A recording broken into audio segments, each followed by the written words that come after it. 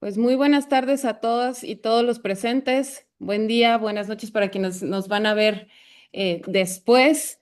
Quiero agradecer a todas las personas que están aquí, pero principalmente al doctor Humberto Aguilar, quien nos hace el favor de acompañarnos.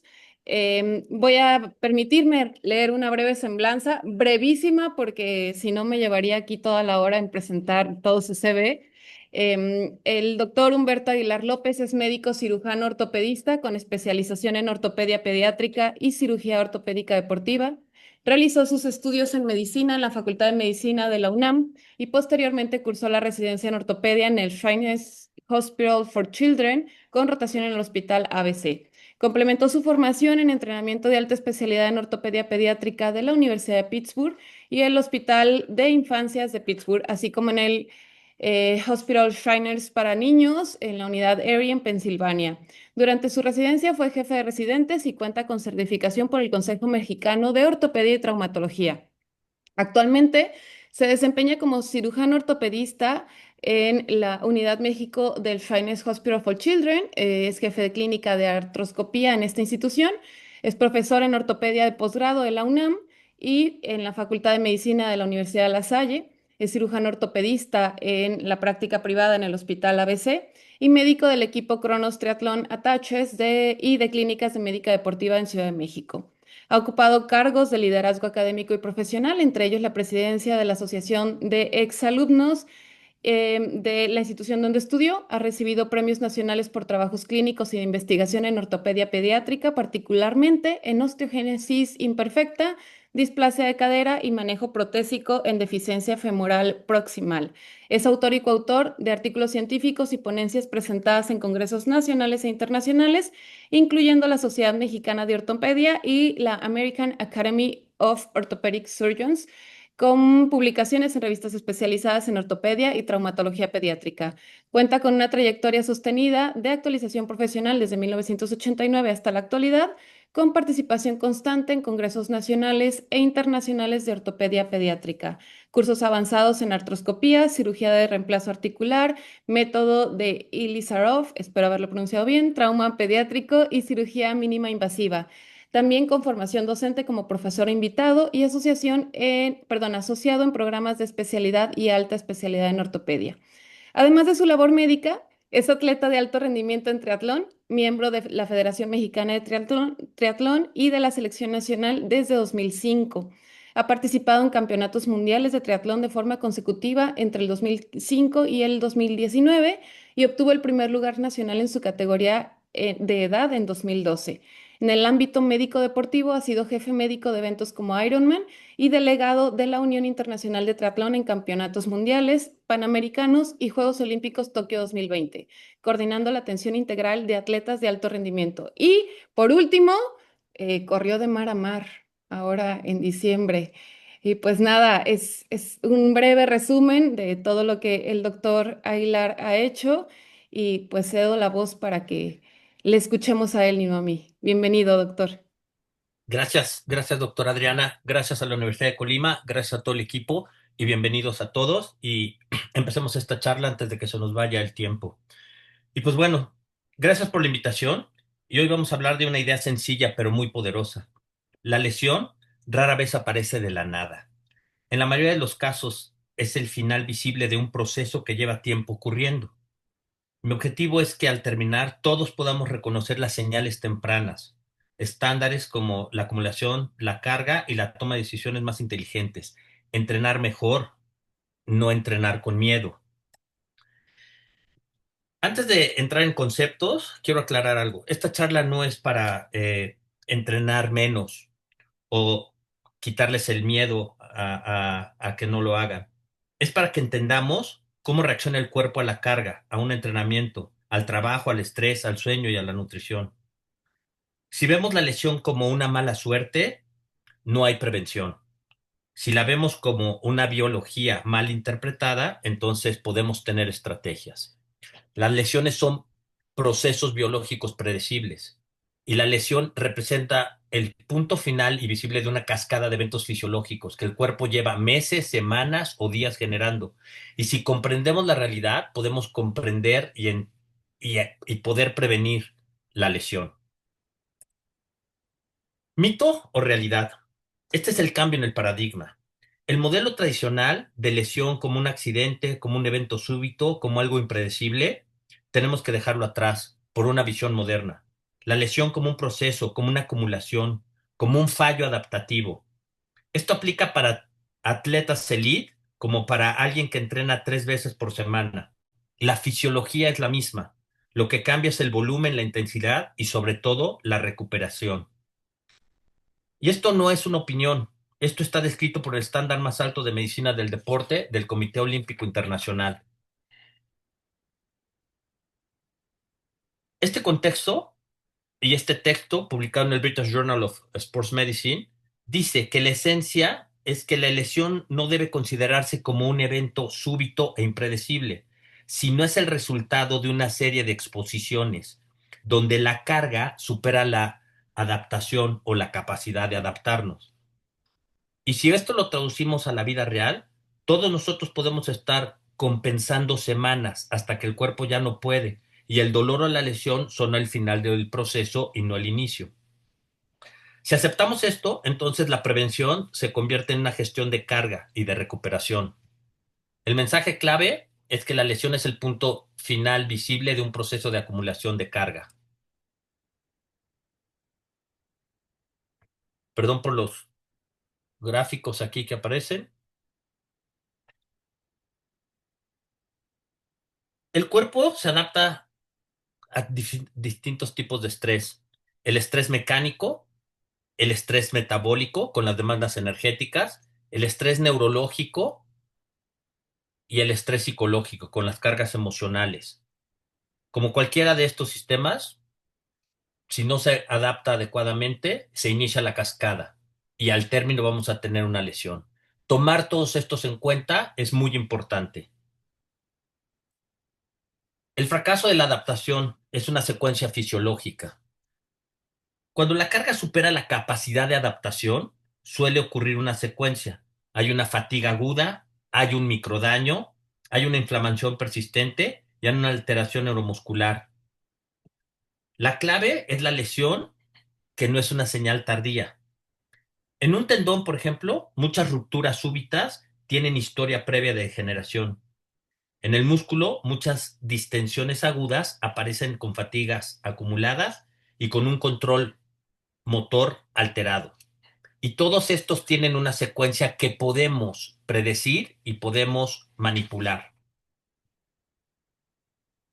Uno de los errores más comunes es pensar que es sano o lesionado. En realidad, existe un continuo sano, reactivo, degenerativo, lesionado. Mucha gente y muchos atletas entran en el estado intermedio y lo normalizan. La prevención moderada ocurre precisamente ahí cuando todavía se puede ajustar. Ahora, si todo es un proceso, ¿cuál es el factor común? La carga. Y aquí tenemos que tomar en cuenta que detectar el estado reactivo permite revertir el proceso antes de que se vuelva irreversible. La ventana de oportunidad más valiosa se encuentra en los estados intermedios, en donde podemos alterarla si nos damos cuenta de ciertos parámetros. La carga externa contra la carga interna. La carga externa es lo que hacemos, la distancia que recorremos, los pesos levantados, los minutos entrenados, los días, ¿no? Y esto representa el estímulo o el objetivo. Y la carga interna es cómo toleramos la frecuencia cardíaca, la percepción del esfuerzo, los marcadores bioquímicos y ahora la variabilidad cardíaca o la variabilidad de la frecuencia cardíaca. La carga externa es diferente de la carga interna y la lesión ocurre cuando la respuesta interna excede la capacidad adaptativa. Independientemente de la carga externa aplicada, si nosotros nos adaptamos, lo vamos a llevar a cabo de buena manera.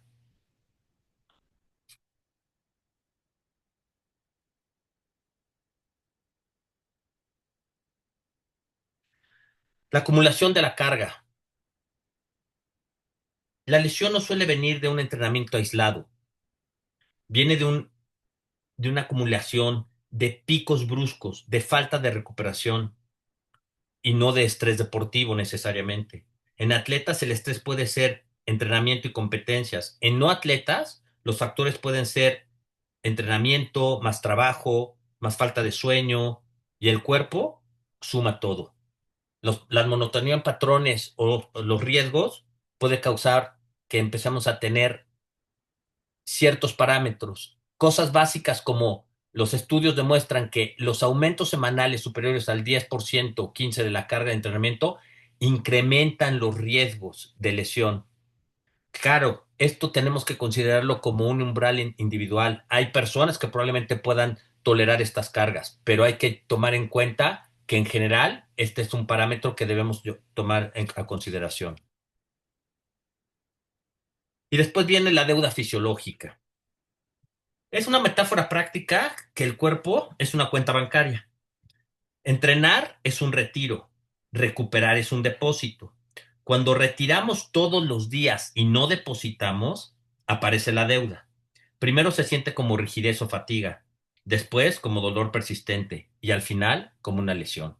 Entonces, cuando los retiros superan consistentemente los depósitos, el saldo fisiológico entra en números rojos. La lesión equivale a una quiebra biológica. No hay una sola fatiga. La muscular puede ser con un tejido local, con fuerza y falta de potencia. La central, donde tenemos el sistema nervioso, con disminución del reclutamiento de unidades motoras. Y esto se manifiesta con una dificultad para generar el esfuerzo que necesitamos para realizar el entrenamiento o la competencia y la pérdida de coordinación fina. La fatiga metabólica, donde no tenemos las reservas necesarias de glucógeno tanto en el hígado como en el músculo. Y alteraciones en los electrolitos que nos puede llevar a un desequilibrio ácido-base y se va a manifestar con fatiga generalizada, con baja de azúcar, con sensación de vacío energético. Y por último, y no menos importante, la fatiga psicológica. Los agotamientos se manifiestan como falta de motivación, dificultad para concentrarse y un aumento desproporcionado de la percepción o la escala de esfuerzo percibida. Puede haber una fatiga y un control neuromuscular cuando hay fatiga y no hay precisión. Los tiempos de reacción se alteran, los controles de aterrizaje, la estabilidad dinámica. En estos estados ocurren errores pequeños que cuestan muy caro. En atletas, la peor técnica al final del juego de la sesión es lo que nos va a llevar cuando tenemos afectados el control motor fino. En poblaciones generales, la peor técnica al final de la clase o después de un día pesado nos va a llevar a tener una posible lesión. La menor precisión neuromuscular es igual a un mayor riesgo en el movimiento potencialmente lesivo. Por lo tanto, la fatiga no solo reduce el rendimiento, sino que compromete activamente la integridad estructural. Primero hay señales físicas. El dolor que no desaparece, puede haber rigidez matutina, puede haber sensación de piernas pesadas, puede haber pérdida de potencia. Aquí la prevención es simple, no hay que normalizar lo persistente. El dolor ocasional puede pasar, el dolor repetido o progresivo es un mensaje.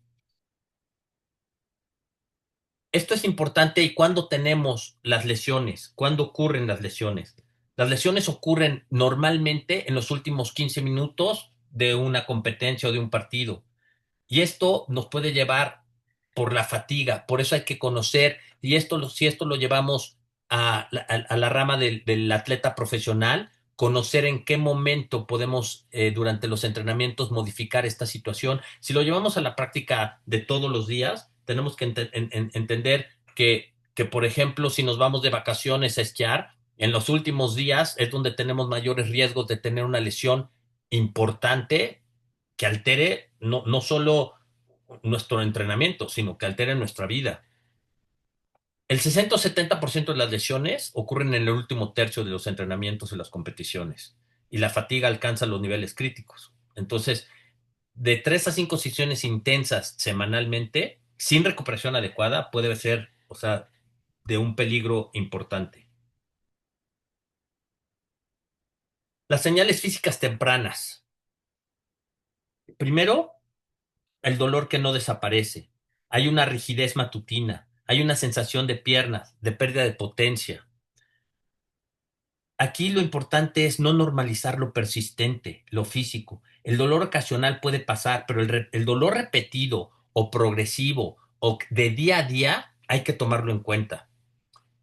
El dolor persistente no agudo en tendones, inserciones musculares y zonas articulares no es normal.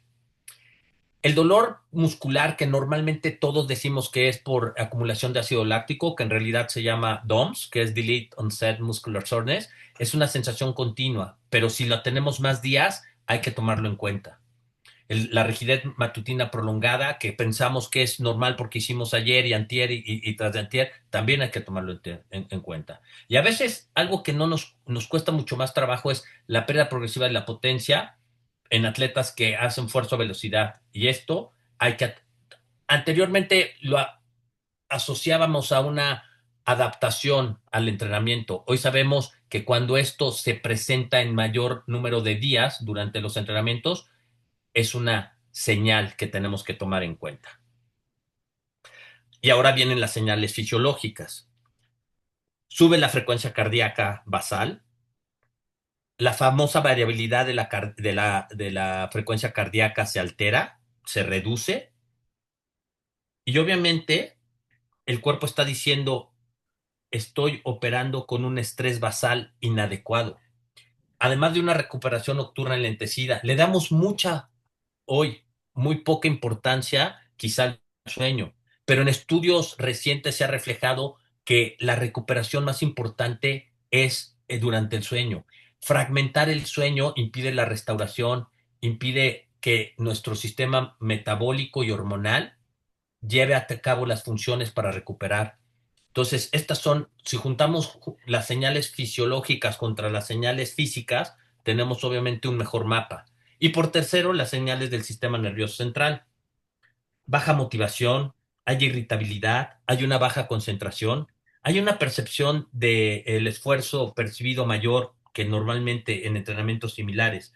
Y esto no es una debilidad mental, muchas veces es un marcador de carga total.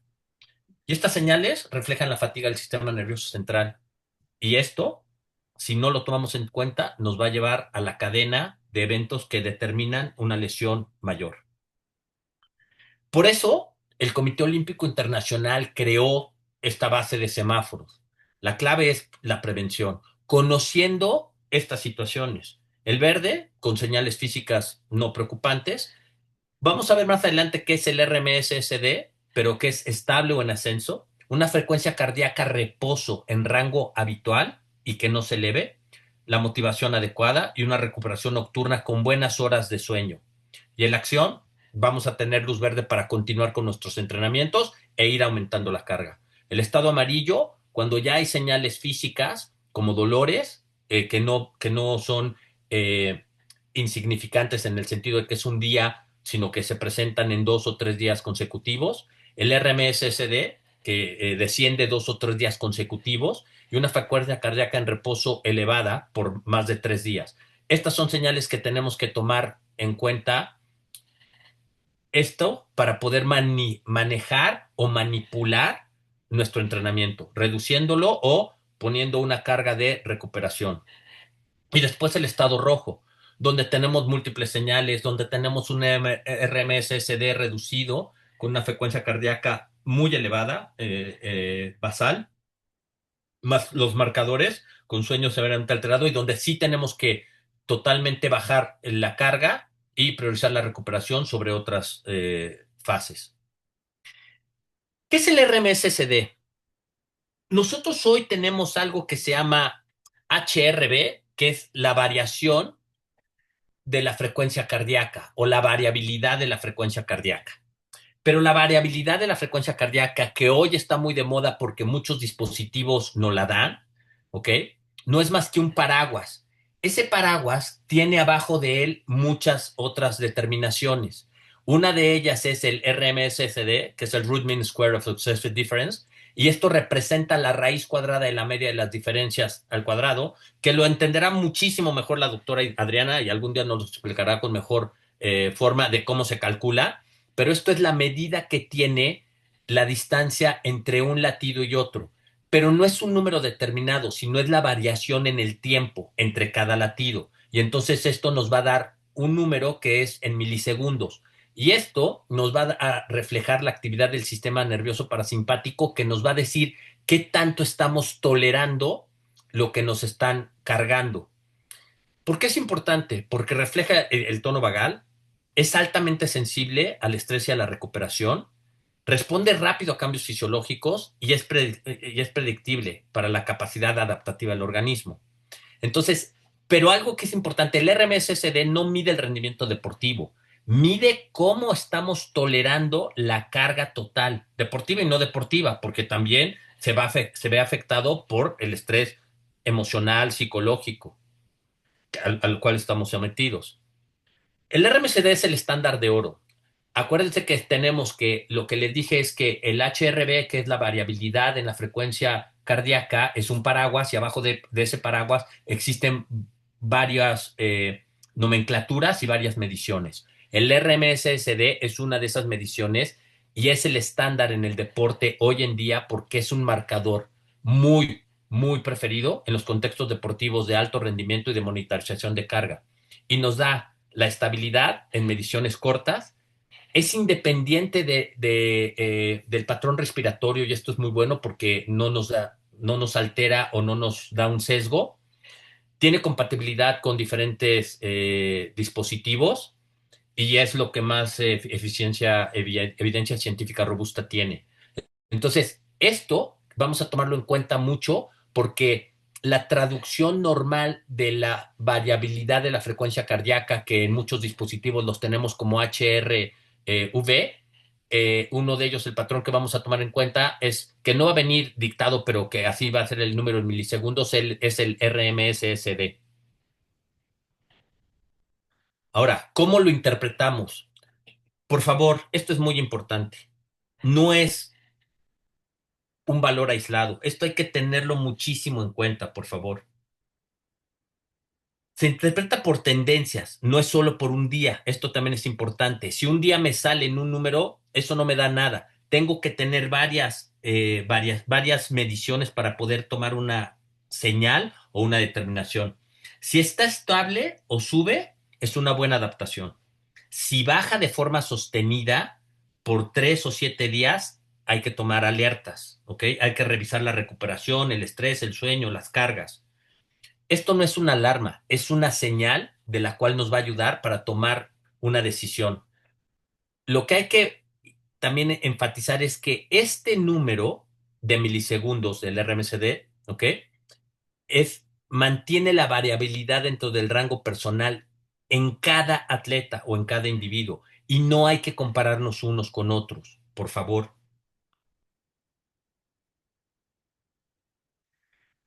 Esto que les decía, o sea, del paraguas de la variabilidad en la frecuencia cardíaca, tiene esto. El paraguas está arriba, ¿no? Y lo que está abajo, lo que está protegiendo, lo que nos está dando son el RMSSD, el SDNN, la baja o la alta frecuencia y el PNN50. Las aplicaciones de todos estos es el RMSSD, que es el más importante, nos da la recuperación diaria, nos monitoriza la carga en deportistas. El SDNN nos da la evaluación de salud cardiovascular, se utiliza más en estudios médicos de 24 horas. Los otros dos tienen una limitación y la verdad es que no valió la pena. Entonces, lo que tenemos que tomar en cuenta es el RMSSD para, para que nos dé una cifra que tenemos que tomar por varios días para poder tomar en cuenta si estamos tolerando adecuadamente la carga de entrenamiento o la carga de recuperación, no solo del entrenamiento que estamos manejando. Entonces, por ejemplo, para la ecuación completa, tenemos que la carga de entrenamiento representa el volumen, la distancia, la duración, la intensidad en las zonas o la potencia, como la manejen, la frecuencia de sesiones por semana y la monotonía o la variabilidad del entrenamiento, si es divertido o no. Esto es lo que hacemos con el cuerpo. Y el RMSSD lo que nos representa es la tolerancia del organismo a estas cargas y nos va a dar el estado del sistema nervioso, la capacidad de recuperación a la carga física que tenemos, el estrés fisiológico acumulado por el entrenamiento y la reserva adaptativa disponible. Y es cómo está respondiendo. Entonces, esto, si lo juntamos, ¿ok? La carga explica lo que hacemos, el RMCD explica cómo lo estamos tolerando y de ahí nos va a dar un parámetro para poder decir, podemos seguir incrementando la carga, podemos seguir manteniendo la carga o tenemos que disminuir la carga porque no la estamos tolerando adecuadamente. A veces utilizamos el LNRMSSD y esto es básicamente para fines prácticos de estadística, porque algunas dispositivos nos van a dar LNRMSD o algunas plataformas de entrenamiento nos van a dar LNRMSD. Para fines prácticos es lo mismo, lo único es que el RMSD es un número crudo y en la transformación logarítmica, pues el LN nos normaliza la distribución. Entonces, estos dos reflejan la misma fisiología y entonces nos van a ayudar a representar cómo estamos tolerando la carga que estamos recibiendo. Esto es nada más por cuestiones de que a veces en alguna plataforma de entrenamiento veamos LNRMCD y nada más entendamos que esto es nada más una cuestión de estadística y en mayor tiempo. Hay muchas aplicaciones hoy en día que los atletas y que los coaches y entrenadores pueden utilizar. Normalmente son estas tres, pero hay muchas más que se pueden utilizar y este es un ejemplo. Las aplicaciones son herramientas, nos dan información para mejorar nuestro entrenamiento y nuestra recuperación, pero a final de cuentas las decisiones las tenemos que tomar nosotros. Estas mediciones, normalmente en las plataformas, yo les recomendaría que la variabilidad en la frecuencia cardíaca for training es mucho más como para atletas mucho más serios y probablemente elite. El elite en la variabilidad de la frecuencia cardíaca es intuitiva, puede ser como para atletas que están iniciando y el Aura Ring o todos los sistemas como Luna o Aura nos da una medición nocturna y estos son datos, son de los mejores datos o los mejores dispositivos que nos pueden dar datos de sueño. Y esto nos ayuda para poder ver cómo estamos recuperando y cómo estamos adaptándonos a la carga. Pero recordemos que estos números no tenemos que compararlos unos con otros. Simplemente son números que tenemos que tomar en cuenta con los otros parámetros porque si no, no nos sirve para nada. Vamos a tener un caso real, nada más como para empezar a entender un poquito de lo que les hablé. Una persona activa que no es atleta, un perfil profesional de 35 años que corre 30 kilómetros por semana, no tiene historial de lesiones previas, tiene un proyecto laboral intenso, trabaja 12 horas diarias, con un sueño reducido por el trabajo de 5 a 6 horas y con un incremento de su estrés psicológico. Hay señales ignoradas, como su RMSD, que descendió 30% en 2 semanas, y tiene una frecuencia cardíaca en reposo que aumentó 8 latidos por minuto, varios días. Tiene una sensación de rigidez matutina y tiene una percepción del esfuerzo elevado en entrenamientos habituales. Se sentía más cansado. El resultado, tiene una fascitis plantar tras entrenamiento rutinario que previamente toleraba bien. Y cuando viene a la consulta y nos dice que tiene esto, y analizamos todos estos datos, la lección es, el estrés no es deportivo, no es por la reserva adaptativa. El estrés es por la carga de trabajo y la carga emocional y la carga laboral al cual no está respondiendo adecuadamente el entrenamiento. El caso 2, un atleta recreativo, un corredor de 28 años preparando un maratón, tiene experiencias previas en medios maratones y incrementó su volumen semanal de 60 kilómetros a 95 en 3 semanas. Esto fue un 58% en 3 semanas. Mantuvo todas las sesiones de calidad, pero ignoró algunas señales. Empezó a tener dolor leve en el tendón de Aquiles. Desaparecía al calentar, seguía con sus sesiones. Su MRSSD descendió durante 6 días consecutivos y tuvo una pérdida de la potencia en sus series de velocidad. El resultado, una tendinopatía del tendón de Aquiles que tuvo que haber parado por 8 semanas para su rehabilitación. Una lección, el cuerpo tolera aumentos progresivos, pero no saltos bruscos. y las señales estaban 10 días antes de que la lesión se manifestara.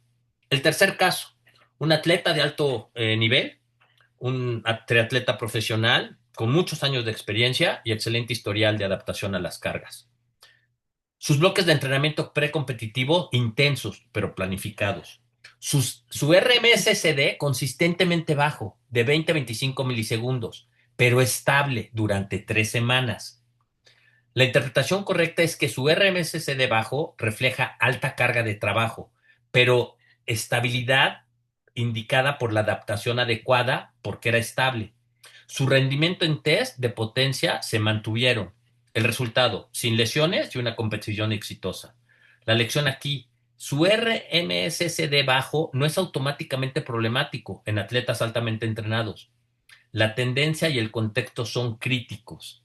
Entonces, esto son 3 ejemplos que nos llevamos para entender cómo las señales están, pero la interpretación de ellas son las que nos van a ayudar a poder manipular los entrenamientos en base a entender cómo está el atleta o nosotros mismos adaptándonos o percibiendo la carga. Estos son algunos datos de qué hacer cuando el RMS desciende, y esto es importante, ¿no? Primero hay que evaluar la duración. Recordemos, no podemos tomar un número exclusivo. El RMSCD tenemos que tomarlo con días consecutivos, por lo menos 2 o 3 días mínimo, ¿ok? Si tomamos 3 a 5 es mucho mejor, ¿ok? Si tenemos una baja, ¿ok? Por más de 5 días, tenemos que tomar una acción inmediata. Si esto coincide con un incremento planificado, pues hay factores deportivos que pueden estar asociados, como el estrés laboral, familiar, viajes, enfermedades, que también tenemos que tomar en cuenta. Hay que revisar las señales complementarias.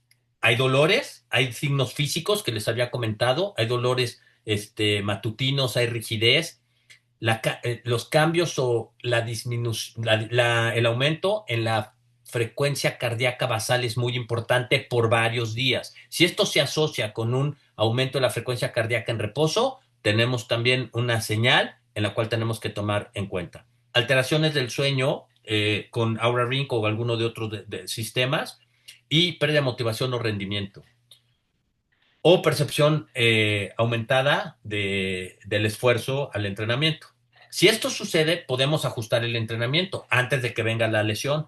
Una reducción del 10 al 20% en intensidades de volumen, una reducción del 30 al 50 si con descanso activo, si las señales son mucho mayores de las que vamos a tener como semáforo amarillo. Y hay que priorizar en las estrategias de recuperación. Sobre todo optimizar, hoy sabemos que optimizar el sueño es muy importante, además de la nutrición.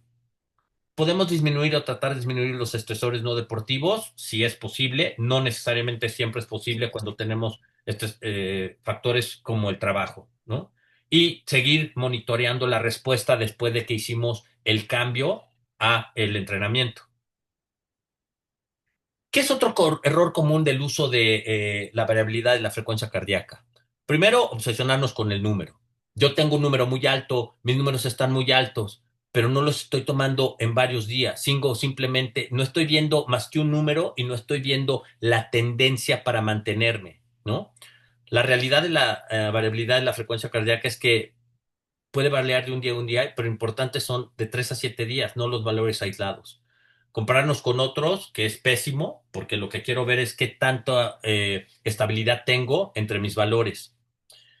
Ignorar el sueño y el estrés. Un RMSSD refleja el estrés total, no es deportivo. Una noche de 4 horas de sueño afecta mucho más que una sesión intensa. Entonces tenemos que tomar en cuenta estos valores también, que probablemente antes nada más eran eh, no tomado subjetivamente y hoy necesitamos darle un mayor peso. Un principio guía es que la variabilidad de la frecuencia cardíaca es una herramienta de información, no es un dictador, y debe integrarse con percepción subjetiva, marcadores de rendimiento y un sentido común amplio para poder manipular el entrenamiento. La lesión no ocurre de repente, y esto es importante.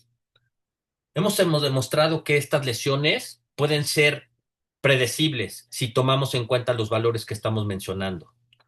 Si tomamos en cuenta que estos valores nos van a ayudar a poder entender la capacidad de adaptación y de recuperación que tiene cada atleta antes de llevarlo a aumentarle la carga.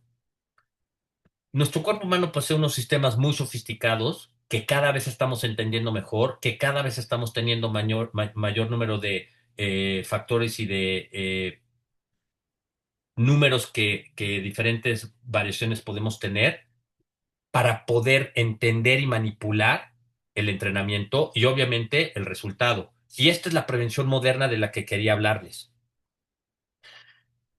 Quiero que se lleven unas frases que son muy importantes. Escuchar. Escuchar a nuestro cuerpo, escuchar al cuerpo de nuestro entreno, dolores, fatigas, cambios de motivación. Segundo, medir. Hoy tenemos herramientas, probablemente antes era la experiencia, pero hoy tenemos herramientas muy objetivas como el RMSCD, la frecuencia cardíaca en reposo, las métricas de carga, la percepción del esfuerzo durante el entrenamiento. Y estos datos no sustituyen la intuición, pero sí la amplifican y nos pueden ayudar mucho más en la toma de decisiones. Tercero, eh, escuchar, medir, ajustar. No debemos de tener miedo a ajustar nuestro entrenamiento. Es que tengo que hacer el entrenamiento que me toca, pese a que estoy teniendo unos datos que no son favorables. No le tengamos miedo, porque la flexibilidad inteligente es mucho superior, es por mucho superior al plan original y nos va a traer mucho más beneficios que una lesión y recuperar. Hay que entender que la adaptación ocurre después de una recuperación. Si no recuperamos correctamente, no nos adaptamos y la lesión va a aparecer. Esta frase de entrenar mejor no significa entrenar más, significa recuperar mejor. Y tenemos el núcleo en la prevención de las lesiones. Los atletas más exitosos no son los que entrenan más, sino los que equilibran mejor el estímulo y la recuperación a largo plazo. La progresión gradual, que esto yo les diría, controlados entre un 10 y 15%, sería lo ideal. La periodización inteligente con alternancia en los bloques de carga, ¿no? Con macrociclos cada 3 o 4 semanas. Individualidad. Cada atleta va a responder de manera diferente. No hay que hacer planes generales y subirlos a grupos porque vamos a tener individuos que no están, por diferentes factores, que no están adaptándose a la carga y la flexibilidad táctica para poder manejar el plan de cada uno de nuestros entrenos. Esto también es importante, siempre lo decimos, a veces es complicado trabajar en equipo, pero la integración multifactorial es importante. La carga, una recuperación con sueño, nutrición, con un buen sistema nervioso, valorando la variabilidad de la frecuencia cardíaca, con un tomo vagal, con una fatiga central. La psicológica, con si valoramos, si tenemos o entendemos el estrés, si hay motivación y si hay un bienestar mental con una buena técnica de control motor para que no hagamos compensaciones y entonces esto nos va a llevar a que la integración multifactorial nos lleve a un mejor resultado de cualquier evento. No hay ningún evento, ningún factor aislado predice una lesión con alta precisión, pero sí la confluencia de múltiples es lo que nos ayuda a poder reducir los niveles críticos de lesión. Hoy tenemos mucha tecnología que nos va a ayudar, las apps, los sensores, cada vez son mucho más fiables, pero su valor depende de cómo interpretamos los datos. Y no hay que seguir ni recetas de cocina y no son sustitutos de poder analizarlos. No dejemos que, por mucho que utilicemos la inteligencia artificial, que decida sobre lo que nosotros podemos tomar con el análisis adecuado de todos estos datos. Los algoritmos pueden analizar datos, pero nosotros conocemos el contexto completo y esto nos puede ayudar mucho más a manejar y prever las lesiones. Hoy quiero que nos llevemos que la educación continua a nuestros entrenadores, a nuestros atletas, la comunicación abierta para poder decir por qué estamos manipulando el entreno, poder decir no me siento listo, estoy cansado, no estoy motivado. La percepción de la perspectiva longitudinal a largo plazo, cuál es, cómo queremos el resultado en un plan de un evento, y la colaboración interdisciplinaria son de los objetivos que me gustaría que todos se llevaran para poder prever, analizar, planear y terminar con éxito la competencia que ustedes elijan o en la cual estén involucrados sus atletas. Los llamados a la acción es, a los atletas hay que desarrollar nuestra sensibilidad. Es cierto que tenemos que entender más nuestro cuerpo, pero también hay que medirlo con todos los dispositivos que hoy tenemos y hay que anotarlos. Hay que priorizar el sueño. Esto es muy importante como una parte del entrenamiento a la cual no le damos. A veces sacrificamos el sueño por el entrenamiento. A los entrenadores, hay que educar continuamente a ellos, pero también en la fisiología del estrés y la adaptación. Y los profesionales de la salud, y aquí sí quiero hacer énfasis en que cada vez más personales de la salud tenemos que involucrarnos en el área deportiva, pero con conocimiento de causa. Hay, hay una anécdota que yo siempre cuento, que es la primera vez que fui al Congreso de Sports Medicine, se levantó uno de los dirigentes y dijo, ¿cuántos médicos hay? Y habíamos, éramos como 8.500 asistentes y nada más éramos como 500 médicos. Y dijo, bueno, bienvenidos porque algo de lo cual no tienen idea los médicos es ni de nutrición ni de ejercicio. En ese momento yo me sentí como, pues, un poco frustrado, pero dijo, por una simple razón, porque ninguna escuela de medicina en el mundo dan clases ni de nutrición ni de ejercicio para nosotros los médicos. Nos entrenan para ver enfermos, no para ver sanos y menos deportistas. A raíz de eso empecé a in inculcar en mi formación toda esta área en la salud, toda el área deportiva. Tenemos que fomentar que esta información crezca entre los profesionales de la salud. Algunos comparativos de tecnologías la medición de la variabilidad de la frecuencia cardíaca. Sin lugar a dudas, hoy el mejor ejemplo es el electrocardiograma que se utiliza en los hospitales. Pero después de ahí, todos los demás dispositivos pueden ayudarnos bastante. ¿Cómo los miden? Aquí hay una tabla donde les pueden decir cómo es que lo hace, ¿ok? ¿Cuáles son las condiciones ideales para un electrocardiograma? ¿Cuáles son las condiciones ideales que los dispositivos hoy que utilizamos, como el reloj, como el anillo, como las bandas del pecho, pueden funcionar? ¿Ok? Pero todos lo calculan a partir de la diferencia en tiempo de los latidos cardíacos. Ningún dispositivo mide RMSCD directamente, sino que todos los calculan a partir de los latidos y mediante fórmulas matemáticas nos dan los milisegundos que traducimos en un RMSSD. ¿Cuál es el dispositivo que necesito utilizar? No es el más caro, simplemente cuál es el que necesito para medir qué y cuál es el que me puede dar. Aquí hay una pequeña tabla donde podemos comparar unos, ¿no? Mayor precisión, mayor potencia, menos fricción. Entonces, esto puede depender de para qué lo queremos y el nivel de atleta que tenemos enfrente. Les agradezco mucho la invitación. Espero que esta plática haya servido de introducción y de un poco de información acerca de que una lesión puede ser prevenible si tomamos en cuenta todos los factores que habíamos mencionado. Gracias.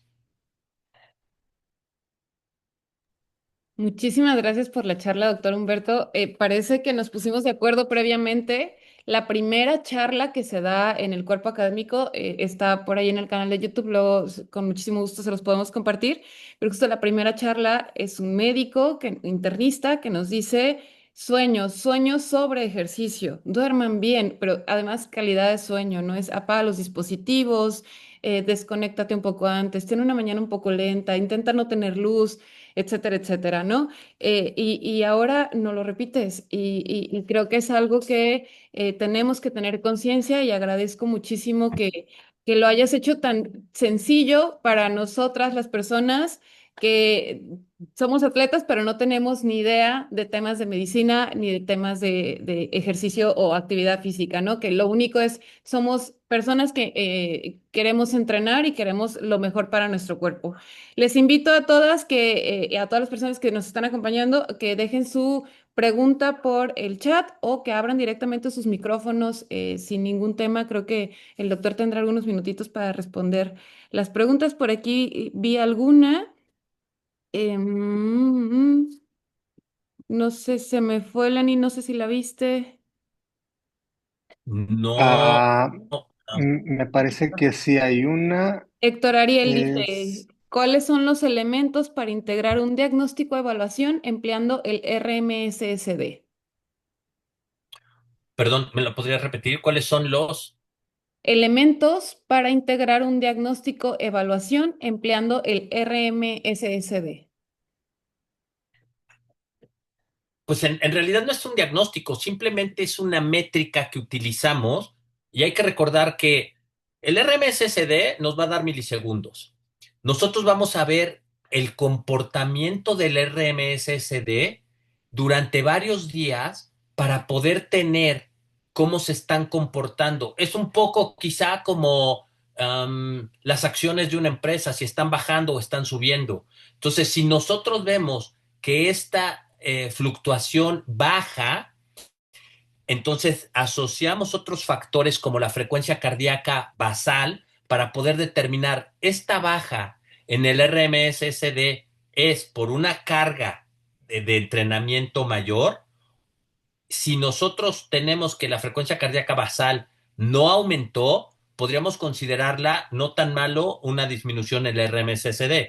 Pero si nosotros tomamos el RMSSD en la fluctuación que va hacia abajo, asociado a una frecuencia cardíaca basal alta, asociado a una disminución de las horas de sueño, entonces esto nos hace integrar un posible fallo en la recuperación o en la adaptación a el entrenamiento, ya sea porque no estamos durmiendo suficiente o porque hay otros factores emocionales, psicológicos, y no necesariamente porque no estamos tolerando la carga o la carga del entrenamiento es inadecuada. Muchísimas gracias por la respuesta. Tenemos otra pregunta. ¿Cuántas horas de sueño se necesitan para una 8. recuperación? 8. Sencillo. Tenemos, o sea, esto de verdad, y esto hace mucho hubo en el Congreso de Sports Medicine el Congreso está determinado y está diseñado para un tema, todo el Congreso es en un tema en específico cada año, y hubo un tema acerca del sueño. Y las conclusiones fueron, adolescentes y niños deberían de dormir 12 horas. Los adultos, incluso hasta los 70 años, tendríamos que dormir 8 horas continuas de buena calidad. Bueno, bueno, Randy pregunta, no sé si es pregunta, ¿cuánto es mucho 8 horas? Hay otra pregunta del doctor Roberto Magaña. ¿Las horas de sueño deben de ser continuas o las siestas ¿Sí? vespertinas pueden ayudar a complementar las horas? No, las horas deben ser continuas y de hecho en el Congreso se dijo mucho acerca de no solo tienen que ser continuas, sino lo ideal es que las tengamos también adaptándonos al ciclo de sueño-vigilia de con la luz. Cuando empieza a irse la luz es cuando tenemos que empezar a dormir y tenemos que despertar cuando aparece. Claro, cuando hay países donde obviamente los ciclos son más largos, pues bueno, se corta, pero en general debería de ser cuando empieza a irse la luz y cuando aparece, ese serían lo ideal de las horas de sueño y no fraccionarlas. Muchísimas gracias por esa respuesta. Si alguien más tiene una duda, aprovechen porque luego el doctor Humberto no sé si nos vaya a responder los WhatsApps. Aprovechen que está aquí. Mandan saludos desde Acayucan, Veracruz, México. Hay otra pregunta de Randy, si el sobreentrenamiento puede producir una lesión. Sí, claro. O sea, el sobreentrenamiento es una em, mala adaptación. O sea, el sobreentrenamiento va a producir, o sea, en los números es que probablemente nuestro RMSSD va a disminuir, que nuestra frecuencia cardíaca basal va a aumentar y por lo tanto nos va a representar que no vamos a adaptarnos a la carga. Y entonces, obviamente, vamos a decir tiene un sobreentrenamiento. Exactamente. Y quiero aprovechar ahorita en lo que se animan a hacer alguna pregunta extra. Qué importante es así como no automedicarnos, autoentrenarnos, ¿no? La importancia de que una persona experta en el área lleve nuestros entrenamientos, no porque fue el atleta o la atleta con mayores logros, significa que ya sabe cómo adaptar los entrenamientos. Para eso se estudia y para eso es importante la actualización. Entonces, por favor, hagan caso de este equipo multidisciplinario, de que quien les ponga la dieta sea alguien que sea experto o experto en poner dietas, que si les duele el hombro no vayan con el huesero, que mejor vayamos con alguien que sea, que conozca el cuerpo y que bueno, para eso se estudia y para eso dedicamos todo nuestro tiempo precisamente porque sentir dolor no es normal y no es lo adecuado. Entonces, como no es bueno automedicarnos, por favor, no se autoentrenen. ChatGPT pues, te puede dar por ahí un algo, pero no va a cuidar si tienes lesión, tu edad todavía no está lo suficientemente desarrollado para tener esa sensibilidad. Hay una pregunta extra. Este, mm, Buenas noches, yo tengo una lesión abajo del glúteo, he ido con el fisio, el traumatólogo, con el fisio y el traumatólogo y me sigue molestando. ¿Alguna recomendación? El dolor solo aparece cuando hago velocidad.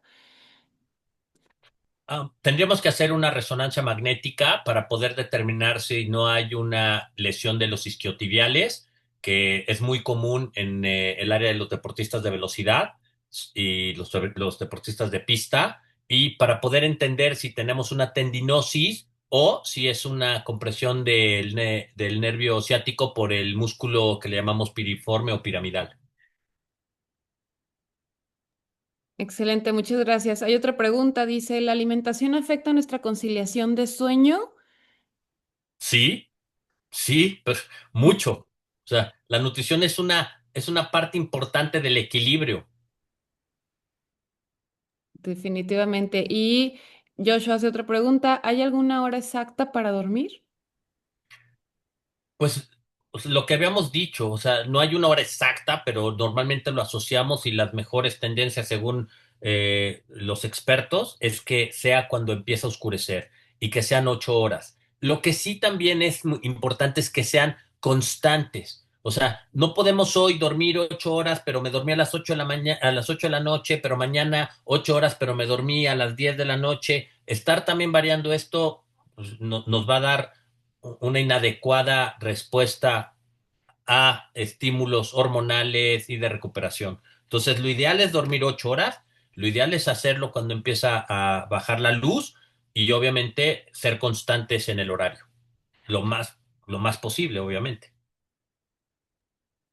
Muchísimas gracias por las respuestas. Una pregunta más, ¿cuál es la mejor forma de recuperación? Bueno, las mejores formas de recuperación. Nutrición, recuperación en el sueño y un entrenamiento inteligente con alguien que nos vaya llevando con cargas adecuadas. Excelente respuesta. Doctor Lenin, ¿usted tiene alguna pregunta como más experto en temas? Bueno, muchas gracias por creo que tenemos una aquí, sí, de Roberto Magaña, después participo yo, en su experiencia, ¿en qué porcentaje influye el factor psicológico del estrés en las lesiones deportivas? O sea, todo es una balanza y todo contribuye, es un pastel. Yo siempre digo que las lesiones es como un pastel Y si nosotros cortamos el pastel en rebanadas, ¿ok? Cada rebanada le corresponde un área. La nutrición, el entrenamiento, el sueño, el estrés.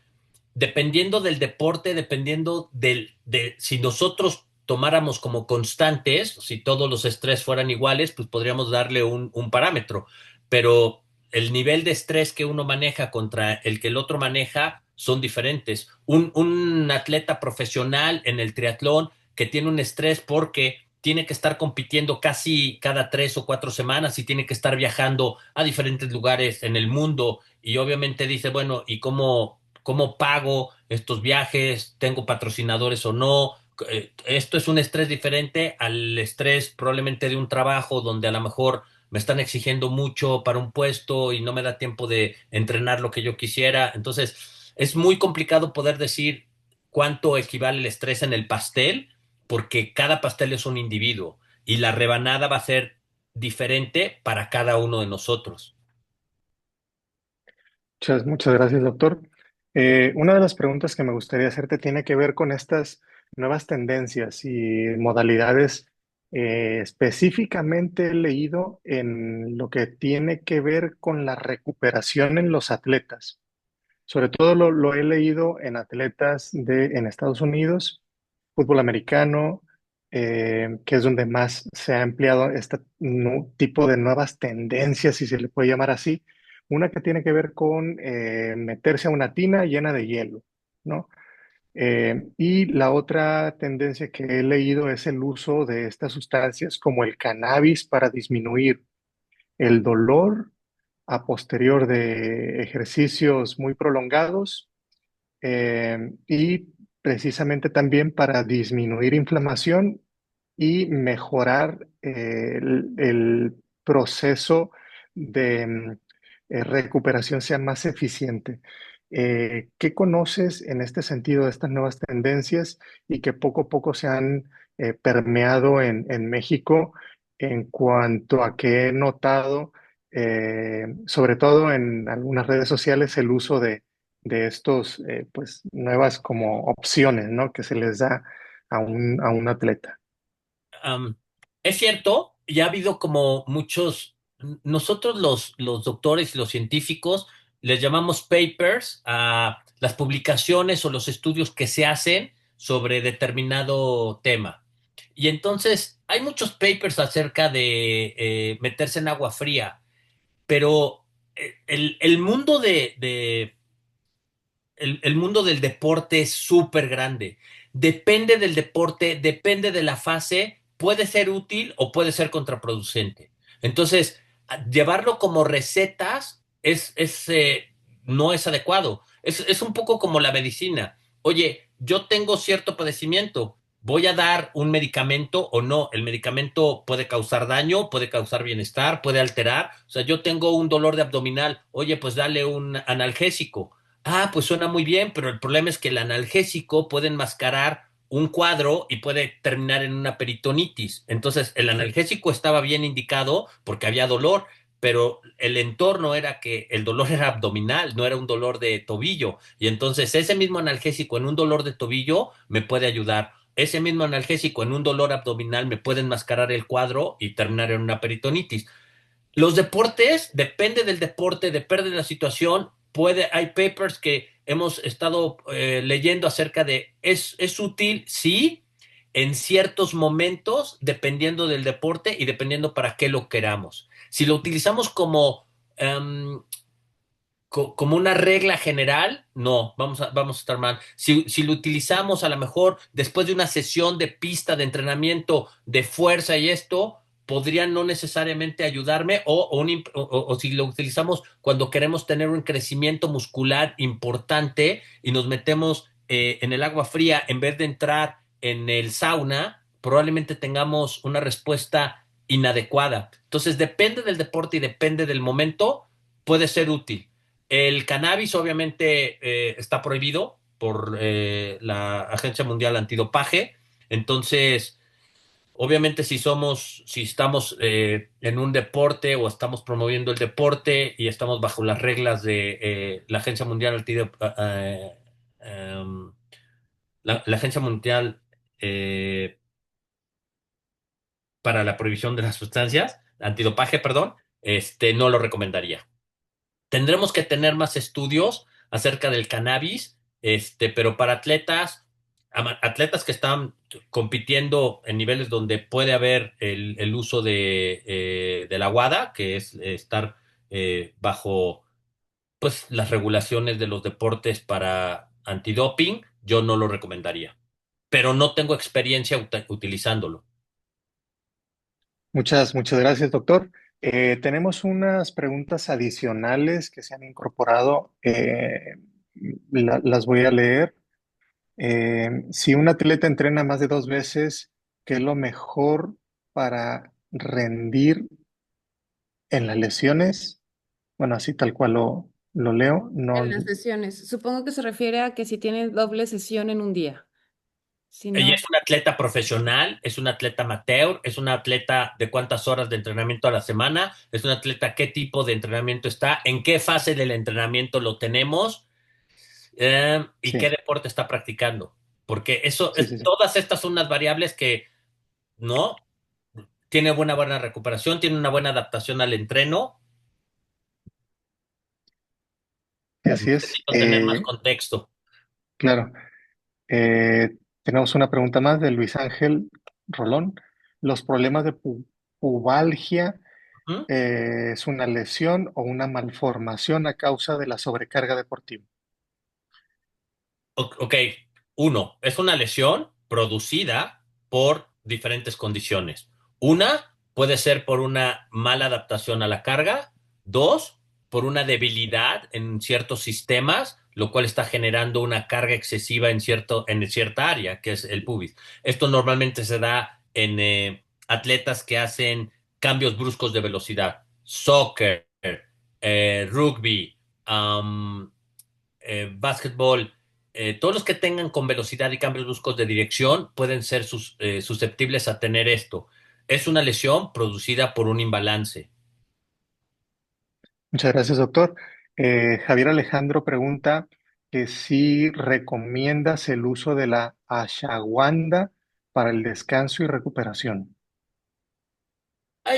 Si nosotros lo utilizamos como suplemento en personas que hacen deporte recreativo, puede ser útil.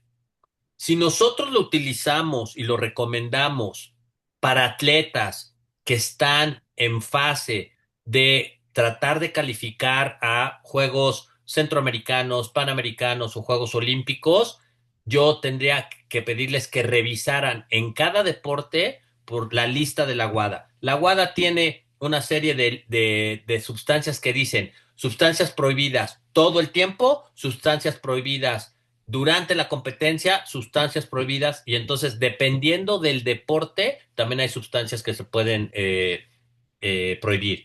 Y el problema de los suplementos es que desgraciadamente no están regulados por ninguna organización. O sea, en Estados Unidos existe la FDA, que es la que regula todos los alimentos y medicamentos. Y esto lo que hace es que obliga a todos los productores a tener que poner exactamente qué contiene y cuántos miligramos contiene de la sustancia, porque si no, obviamente está muy penado.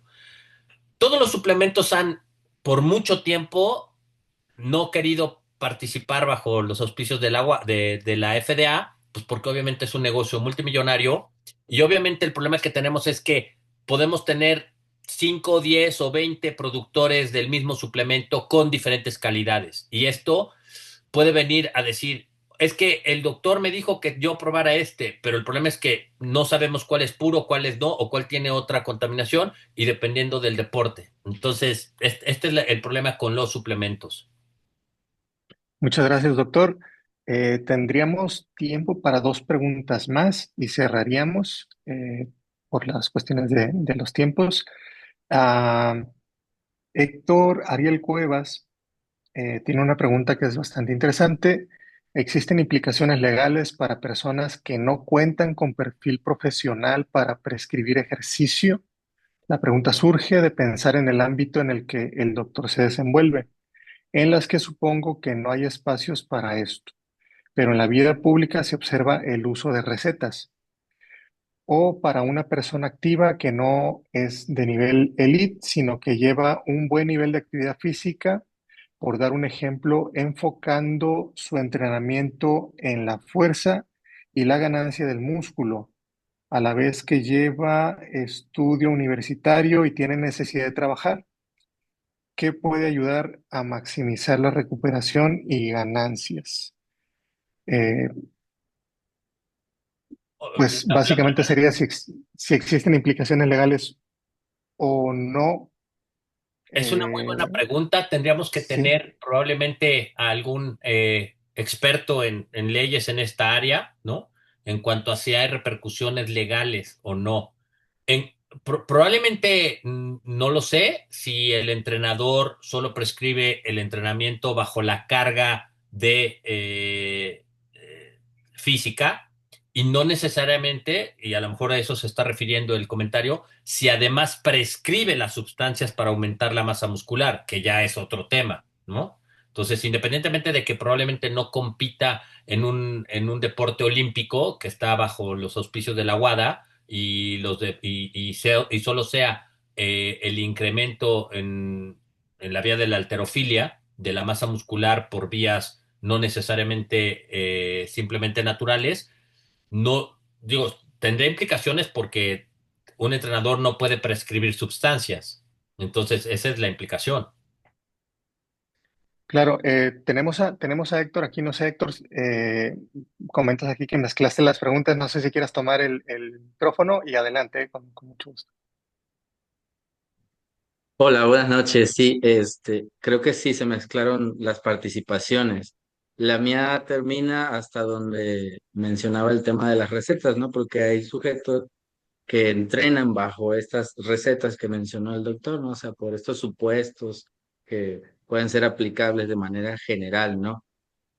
Saber si a nivel élite hay normas que impidan que pues este tipo de personas lleguen, ¿no? Y cuál es el marco. Digo, sé que se aleja un poquito, pero me hizo ruido por el tema de que pues creemos que podemos aplicar todo a todos, ¿no? Y no debe ser así por cuestiones éticas.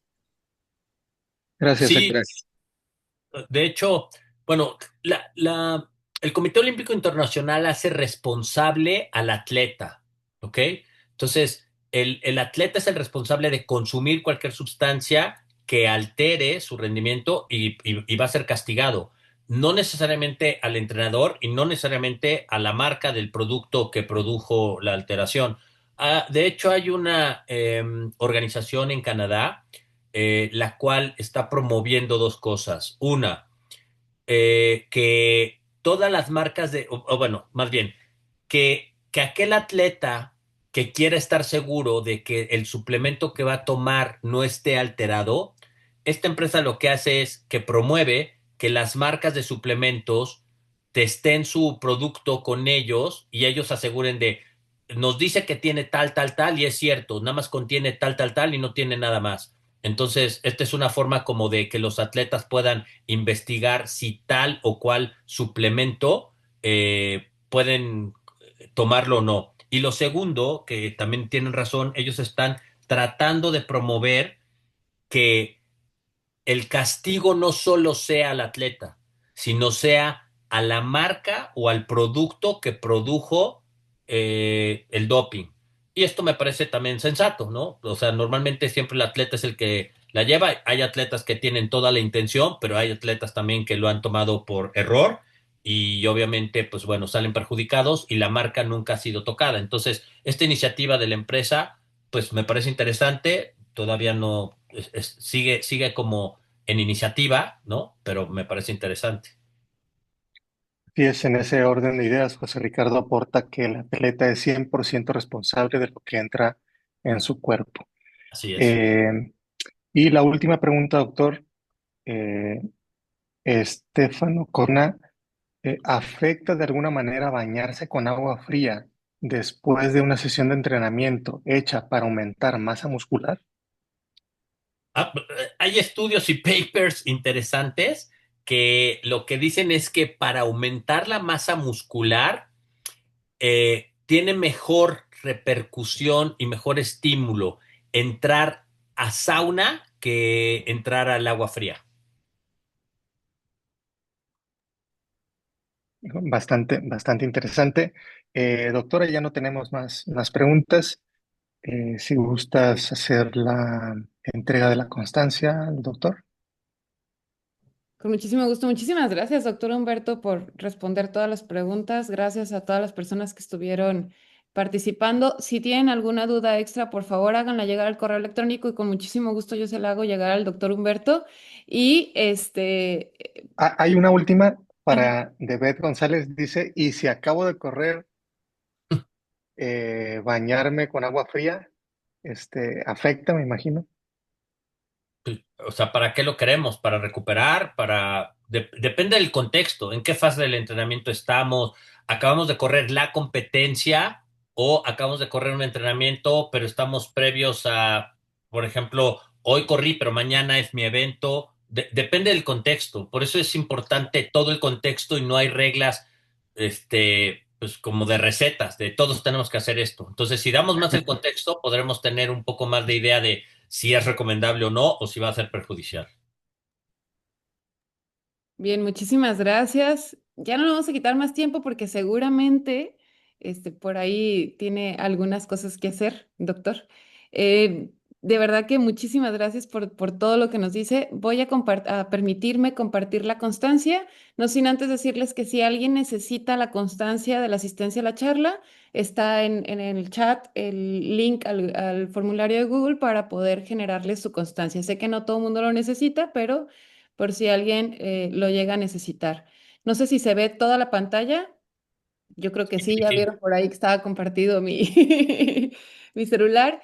Me permito leerla. La Universidad de Colima, a través de la Facultad de Ciencias de la Educación, otorga la presente constancia al doctor Humberto Aguilar López por impartir la charla. La lesión no ocurre de repente, como el cuerpo avisa antes de romperse, el día 23 de enero de 2026, en el marco del Seminario Permanente Movimiento y Salud, Encuentros Académicos sobre Calidad de Vida, organizado por el Cuerpo Académico 101 Cultura Física de esta facultad.